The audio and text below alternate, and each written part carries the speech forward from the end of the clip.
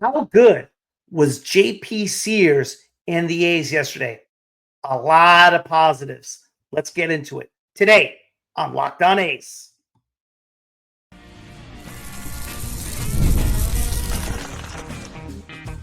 You are Locked On A's, your daily podcast on the Athletics, part of the Locked On Podcast Network. Your team every day. Welcome to Locked On A's, part of the Locked On Podcast Network, where it is your team every day. I am your host, Booney, one name. Thank you for making Locked On A's your first listen of the day. I'm from the Bay Area, and I've been a diehard A's fan since 1981. I'm here to bring you a real fans take, covering everything from Sacramento to, yes, Las Vegas. This is the place for A's fans to get the latest game breakdowns, team news, and more. This is where the passion of the fans take center stage. We are free and available wherever you get your podcast, including YouTube. And please do me a favor and hit that subscribe button wherever you are following the show. What is up, everybody? It is fun to wake up knowing that baseball will be on today. And I love that it is spring training. Today, a former guest joins us, Pete Turner, to discuss some A's baseball, and we debate advanced analytics in baseball. Is it good for the game, or is it more of a detriment with a bunch of numbers we really don't understand? That's a bit later. First, the A's improve to 2-1 or 2-1-1, however you want to look at it, in Cactus League play with a 7-5 win over the Giants yesterday. And there was a lot to like about yesterday's game. Primarily, JP Sears.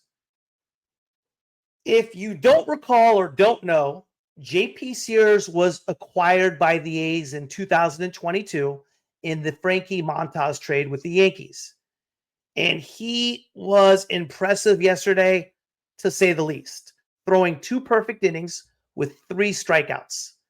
Something I noticed in looking at the highlights of yesterday's game, because it wasn't televised, was that Sears changed his mechanics. Last year, he primarily started from the stretch.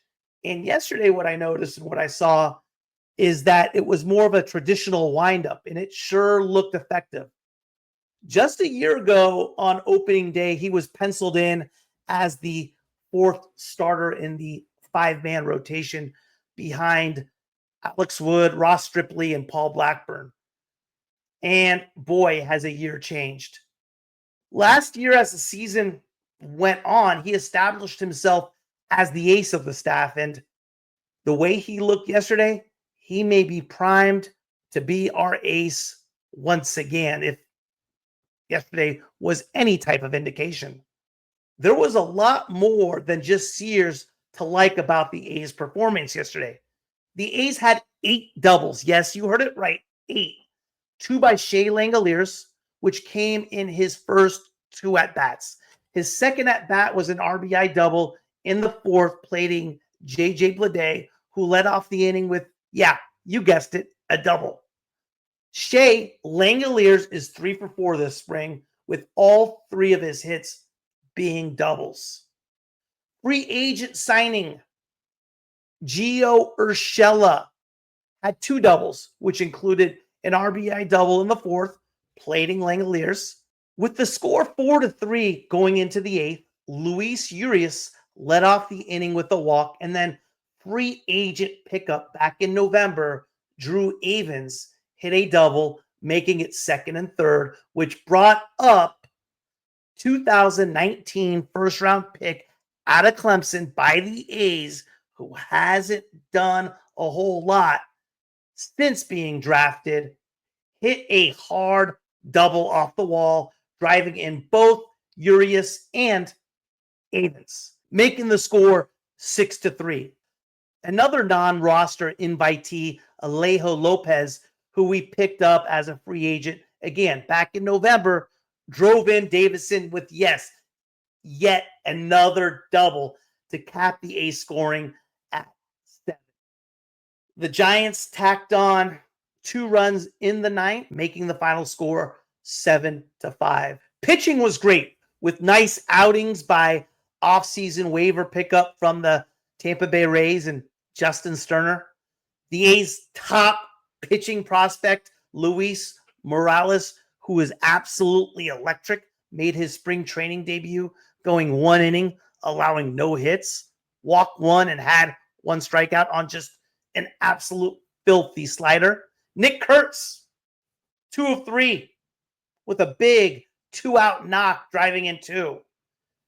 My sleeper, I've been talking about him for a while, CJ Alexander, had yet another hit and has 3 hits in his 5 at-bats so far this spring. One negative was Brett Rooker. Was 0 for 3 with 3 strikeouts. But with a guy like Rooker, this is spring training. I'm sure he's just working on a lot of different stuff. Like I said yesterday, I don't care what month it is, always nice to beat the Giants. Today we got the Mariners with Mitch Spence on the bump. It is on MLB.TV, so you should be able to see it from what I saw, but check it out for yourself. It is good to be back in the flow of baseball, that is for sure. And speaking of baseball, our old pal, Pete Turner, stops by to talk a little baseball, and we discuss advanced analytics. Is it good for baseball? Is it more of a negative? What do you guys think? I'm more of an old school head, and I think you know where I stand on it. Up next. Today's episode is brought to you in part by FanDuel. When the game tips off, the NBA action is just getting started, and there's no better place to get in on it than FanDuel, America's #1 sportsbook. With FanDuel, you can place live bets throughout the game, so even if you miss the opening tip-off or want to bet on a fourth quarter comeback, you can stay in the action. And if you are looking for a bigger payout, you can even combine your live bets into a same game parlay. I love using FanDuel's live betting feature because it keeps every moment of the game exciting. Whether I'm backing my team for a late game rally or picking a player to hit a clutch 3, I never feel like I missed my chance. Plus, the app is easy to use, and when you win, you get paid instantly.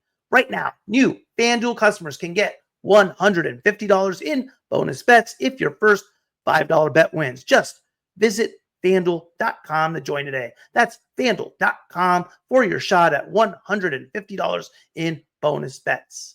Make every moment more with FanDuel, the official sports betting partner of the NBA.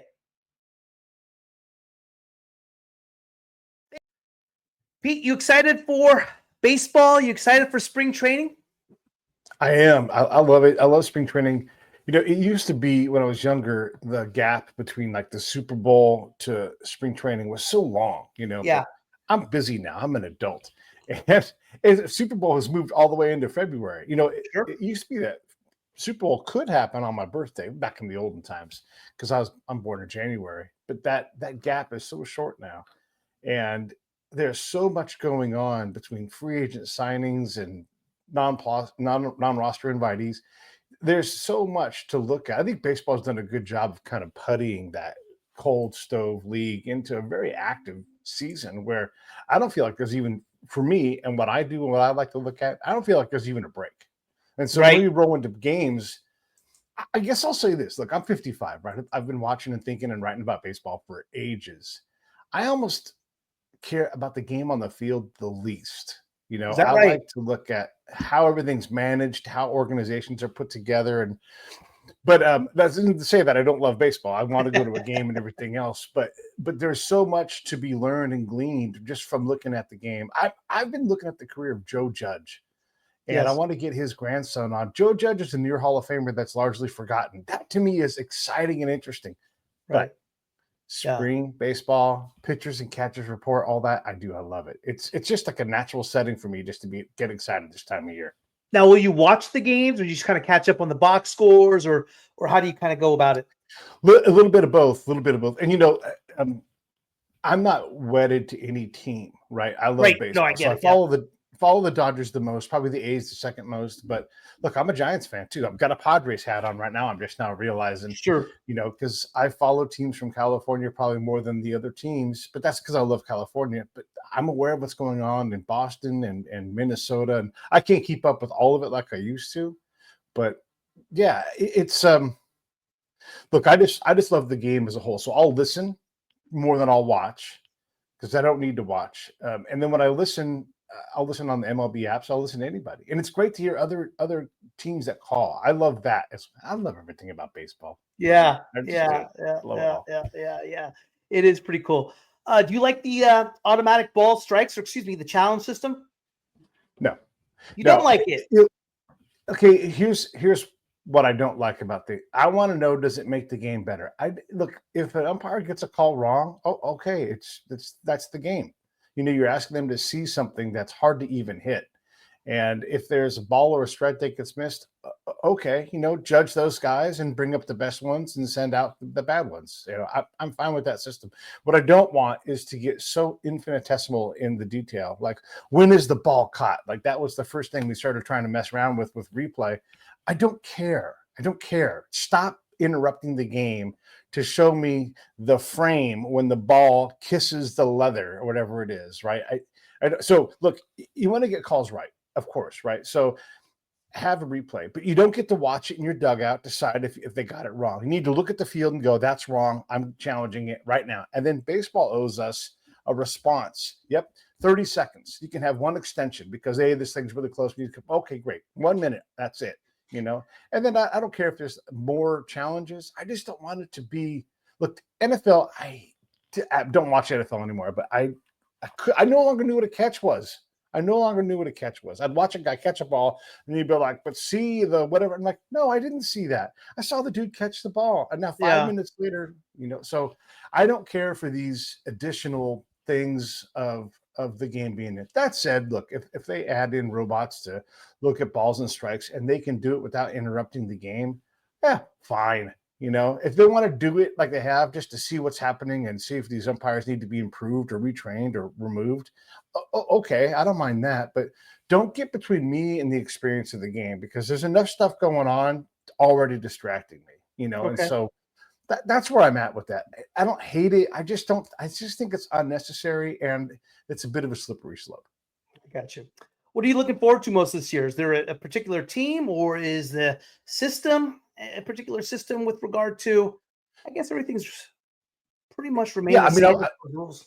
I am fascinated by the A's right now because I can't decide. I'm of two minds. I'm not sure if they'll come in under 500 and be a disappointment or if they will continue to blossom. I just can't decide which way it's going to go. They were really unlucky the first, let's say 60, I mean, rounding here, about the first 60 days of the season. They weren't quite good enough and they got a lot of unluck thrown at them. And so the second half, they probably had a little bit, or a second 2/3, those two blocks, they probably had a little bit too much luck when I look at the numbers. So will that mean a little retarding of their advancement? Yeah, maybe. But that, to me, all that is fascinating. For me, for the A's, when I look at them, I look at the opposite. The first half, I agree with you. They weren't great. Once they got their roster kind of set, they played with the same guys June and July. Excuse me, not June and July, July and August. Okay. And they had a record during that stretch of 29-22, which was the seventh best record in all of baseball, something like that. Fourth best in the American League. They had 3 games during that stretch where they just gave away. They blew a 5-0 lead in the 8th against Anaheim at home. They blew a 3-run lead in the 9th at Cincinnati when Miller wasn't available. And they blew a 6-0 lead at Anaheim earlier. And during that stretch, they didn't have any games where they kind of stole. And everyone says, hey, well, Rooker and Butler were on an absolute tear. But they don't mention that Blade was on a 3-for-40 slump and Zach Geloff couldn't hit the ball. So I feel they were extremely good. I do have concerns with regard to their infield. That's shown up a little bit this spring. And again, it's spring training. It is early, but when it is an issue last year, I spoke about it a bit less yesterday. When it is an issue last year, it comes up again this year. For example, Zach Geloff led the American League in strikeouts last year, and he started out this spring 0 for 6 with 5 Ks. It's a little bit of a concern. So we will see what happens with regard to the A's. I got him winning the West, 85 wins, 77 losses. We'll see what happens. You think they're going to win the West with 85 wins? Yeah, I think the West is weak. I mean, you got to remember, Detroit got in the playoffs last year, stuck with 84 wins, I believe. Yeah. But they didn't go in as a division champ, though, right? I think the division champ is going to have a worse record than the wild card. Yeah. Okay. Yeah. Yeah. I mean, look, I think you're right. I'm a little more bullish on a bounce back year from the Rangers. That's kind of where, I'm like, and look, I think we all agree that the Astros are not what they once were, but they are still pretty decent. And if they added some things in, all of a sudden you're like, God dang it. And I don't want to completely discount the Mariners. Obviously the Angels aren't a threat right now, but if the Mariners jumped up and won the division, and this is sort of like what you're saying, right? 85 wins. I do peg them right around. I give them and I'm still kind of deciding. So let me just say, this is what I'm going to say. I agree with you. 85 wins is a fantastic target. Can they get to 89? Oh, sure. Whatever. Five wins of luck. And sometimes you'll see a team. This is the thing, like the luck gods, right? So let's say Mason Miller blows 4 saves in April. The season's over, right? He'll get those back. Those things come back. The A's will win 4 games somewhere that they shouldn't have won. The main thing I think for the A's and where I think they're at right now is they're paper thin in a lot of areas that are going to matter a lot. And so they just don't have any tolerance for error. Again, the Rangers, same thing. If anybody gets hurt on that team, they're a different team. And that's what I was just about to say.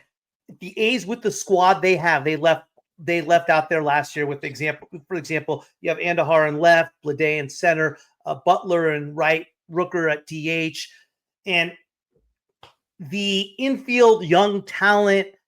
And that's what I'm concerned about the infield. They're just prospects who have major league experience. That's all they are right now. And we're hoping what we think they will be, right? So there's still a lot of ifs. But if all those lives up to what we expect, and that's what I see. But again, that's a lot of ifs. Baseball's all ifs, right? How about this? I don't know if you've ever noticed this, but go look back in time. The A's heartbeat for being competitive, boop, boop, boop, it's for sure right now when they start to spike up. And so this is is this every few years? And so, sure, they had a couple of down years. Everybody does that. And the A's reliably build a new winner. And so I'm going to trust their ability as an org to find talent and pack a bunch of people in there that are great, right? And they're right now on cycle. Look, I don't expect them to win the division this year, but I do think because the AL West is so flat with their talent that it's certainly possible. Sure. No, absolutely. No question about it. Yeah, we'll see what happens. I mean, Severino and Springs, they're big free agent pickups. They have to stay healthy, and that's one thing they haven't done. I like the moves they made. I think this park in Sacramento is going to play more to a hitter's park than what everyone kind of thinks is more of a neutral type of deal. A lot of things can definitely happen. That's for sure. Let me ask you. I want to ask you this. So right now in the spring, I would say overall A's pitching has struggled to find the strike zone. Now, look, they're working on things, right? They're not just competing straight up. Yeah. Are you concerned? I mean, it's not a lot, but it's not the way you would choose to begin, right? So where are you at with that? Like with their ability to hit the strike zone? Yesterday was fine, right? Yesterday they were good, and that's the kind of thing with spring training. There's so many darn pitchers. I believe they have 33 pitchers right now. In spring training. The first game of spring training, they walked 8. They walked 4 in the second game. They walked 9 in the third game. And that's an issue. It's the same guys. Otanez walked 3 in an inning. Hogan Harris walked 3 in his 2 innings. Huge issue. So it's going to be something that needs to be fixed. And a few of the other guys are prospects. Cusick in his opening outing, he walked 3. He cleaned it up yesterday. He didn't walk any. So, I'm very, very concerned about that. We've given up a few games with regard to that. And I think when you're talking about that, it's going to come down to the last few roster spots that are going to go to probably guys in the bullpen. It's just really going to come down to control. Who has the control? Who's throwing strikes? Who's not? That's for sure. Speaking of which, you and I agree on a lot, but one thing we don't agree on is high level baseball analytics. Now, I have tried so hard to buy into it. I have done everything I could. I've looked at it. I've tried doing it and taking aside from that perspective, and I hate it. There's nothing I like about it. I mean, I'm not even I like it a little bit. I pay attention to the OPS, and I get it. You have the OPS 750. It's supposed to be a batting average of 280. It's a good, solid player, right? I understand what they all do. And the main one everyone goes by right now is the wins above replacement. It seems like it. And I look at last year, I look at a player. I'm going to use Matt Chapman as an example, just because I watched the Giants a lot last year. Being, from the peninsula, it's Giants territory. A bunch of my friends are Giants fans. And I love Matt Chapman as a player. I think he's one of the most overrated players in all of baseball. He has a WAR of 7.1. Brett Rooker is at 5.6. If you were to ask me today, who do I want on my team? In a heartbeat, I would pick Brett Rooker. Yes, I understand what Matt Chapman is as far as a third baseman, a platinum glover. There's no question about it. But the variables that go in is how many plays is he making at third base that somebody else will not make. There are so many things that go along with it. And the other thing before I let you roll is which drives me nuts is another Giant that in some rankings give so much credit to is Patrick Bailey because of his pitch framing. Pitch framing drives me nuts how this is included in some analytics, because in order for pitch framing to be effective, we must know that particular pitch had an effect on the umpire. We don't know that. So anyway, that's my take on it. I'm old school as far as just the average. I think those are all fair things. Those are all fair things. When we get lost, so last year, and I'm on memory here, but I think Mike Trout was worth 1 WAR, right?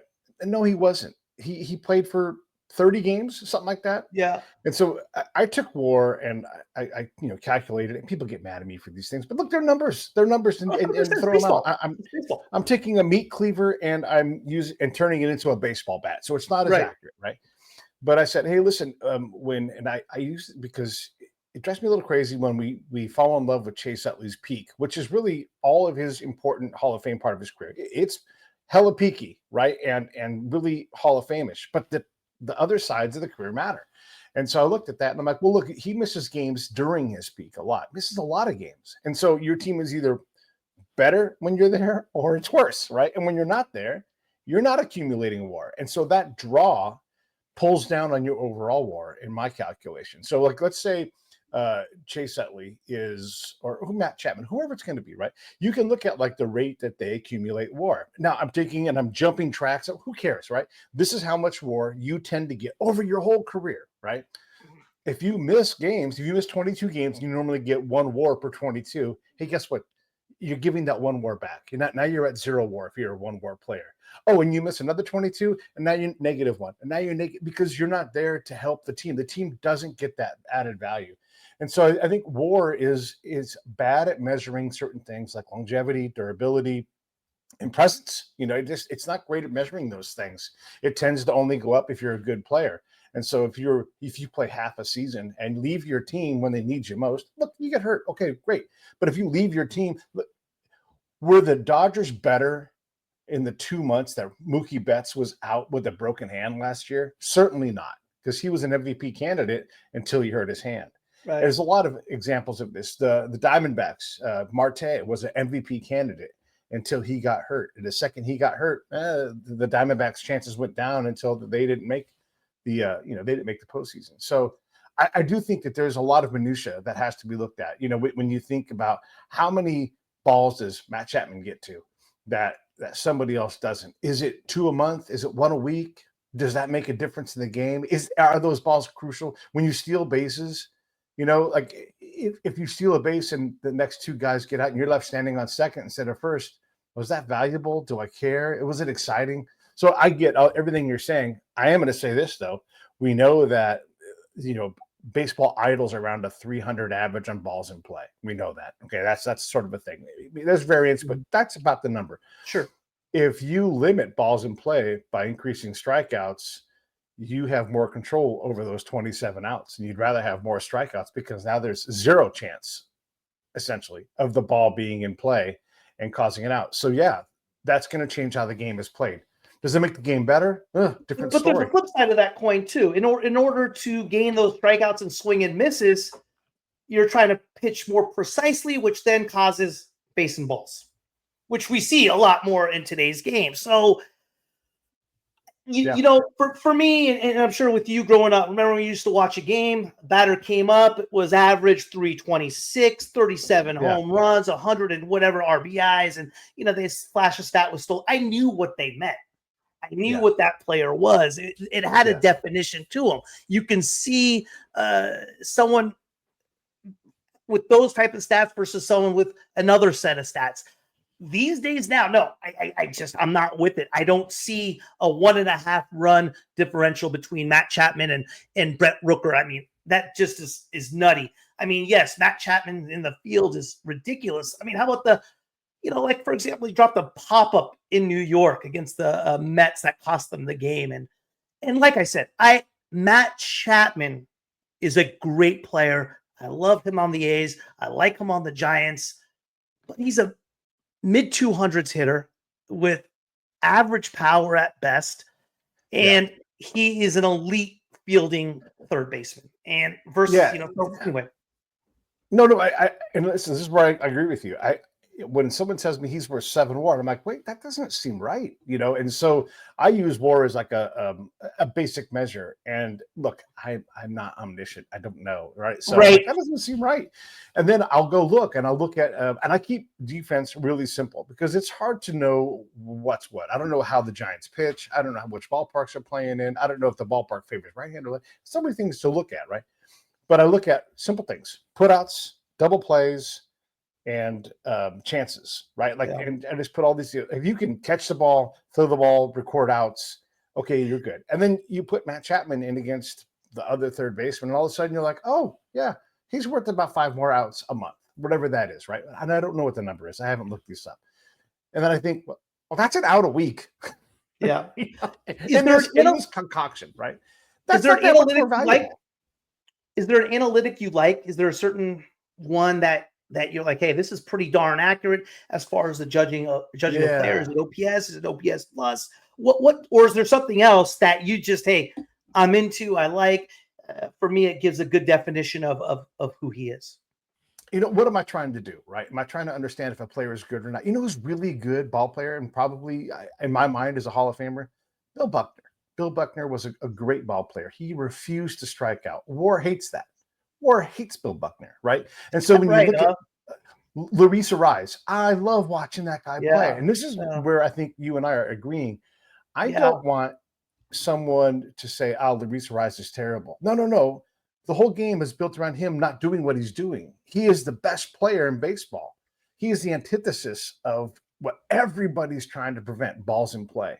And you guys can't stop him from hitting line drives. You're forced to throw him strikes because there's no point in walking that dude. He's going to put the ball in play. And I love it. I love watching him battle. And I don't know if he'll end up in the Hall of Fame, but right now he is on a Hall of Fame trajectory. Yeah. And that drives people crazy. And I kind of enjoy driving people crazy with this stuff. And I'm like, look, if he does anything, if he stays somewhere near 10% of performance right now for the next 5 years, we're going to be looking around and go, hey, wait a second, this guy's got 2,000 hits and he's 20 or 29 or 30 or, wherever many years old it is. He's really, really good and exciting. And that's where the numbers start to break down is if you defy things, you're not supposed to hit like Ichiro hit. That's the worst way to hit. You're already running and you're hitting. You speak of No, don't Ichiro. do that. You know what? I saw an interesting stat on Ichiro the other day. I forgot where I saw it, but check this stat out. He got his third hit in his 10th at bat of his career, which put him at 300. For the rest of his career, he never once dipped below 300. I love it. I love it. I love it. And I want to see that. Like we took the shift away so that we would see more balls in play. Yeah. And so that part of the game I get, and I want to see us look. I promise these teams are trying to find ways to measure why Luis Rise is valuable. I know they're doing it. Yeah. So and we don't have all their proprietary numbers, everything. But when I look at numbers, I look at a bunch of numbers, and I like to sort things by like who was there. So like if you and I said, hey, let's figure out who the best pitchers were of the last 50 years, I'm going to sort that. And I favor durability. Like if you show up to work, that's really good, right? And so I'll just do that as a norm and go, who shows up that surprises me? Hey, how come Don Sutton keeps showing up in this thing? Yeah. And then I got to look at Don Sutton, and I look at him as a whole thing. So I don't ever hang my hat on one stat, like RBAT. I don't even know what RBAT is. I can go look at it, and I'm like, I still don't know what it is. I don't know why it's valuable. Someone will have to explain it to me. But when I look at the numbers and I'm like, who are his peers? How does he rank in these things? Like, actually, this guy's really damn good for a very long time. And so when I look at numbers, that's what I'm looking for. Is I'm trying to sort out, look, is Rooker the guy he was, or is Rookie the guy he is? Is Vladdy Guerrero Jr., is he the guy he was last year, or was he the guy he was the two previous years? Sure. Because I don't know, You can say the same with Lawrence Butler, too. There's such a small Oh, sample, sure. right? Yeah. Is Blade going to be good? I mean, there's all these guys that, you're trying to sort out what's going to happen. But I do know that if a guy who's decent, better than average, shows up for 20 years, that's a really, really good player. And we hate seeing that, even with numbers. Yeah. Absolutely. I agree. You got one prediction for this year? Any surprises that you're willing to give us as far as who's going to have a type of breakout year, or what team's going to have a breakout season? Something that necessarily, my little predictions is I got as far as surprises, I think Lawrence Butler will finish in the top 5 in MVP voting. Yeah, that's my little, surprise. My dark horse for the A's team, and I've said this a while ago, who will make it and have a big impact is CJ Alexander. They picked him up from the Royals, big left-handed hitter, starting to come on his own. But again, those are kind of out there. They're different. Something that I like. Might be flops, but it's kind of fun to go that way. Yeah. I don't have anything. Okay. All right. I've got one. Okay. And it's 100% for sure it's not going to happen. But if I'm John Fisher, I go over to Dave's office and I'm like, go sign Julio Urias. I'm going to stir the pot. I got a lot of money in the bank right now in terms of everything all around. I'm going to go sign. I'll take that dude and we'll give him a shot. We'll have a tight leash on him. But it's time. And, just do like Al Davis would do. Just win, baby. Just go out there and throw. Don't beat your wife up and just go throw the ball. And now I got an elite arm that I want to give a shot to. Right. Why not? Yeah. I love it. Never going to happen. Not ever going to happen. But hey, he's what's one more thing that people can complain about him for, Yeah, they already don't like you, right? So don't curry favor. Just go sign a guy who wins ball games and is sitting there, like, let's go get him. Pete, as always, thank you. Let's check in. When the season's underway and see how everything's going, bud. Let's get to a game in Sacramento too. I'm excited 100%. To go see one. 100%, 1000%. All right, bud. You take care. Yep. Thank you for making Locked On A's your first listen today. For your second listen, find Locked On MLB. Baseball guru Sully brings a daily blend of humor and baseball, keeping you updated on every rumor and story throughout the off season. Find Locked On MLB on YouTube or wherever you listen to your podcasts.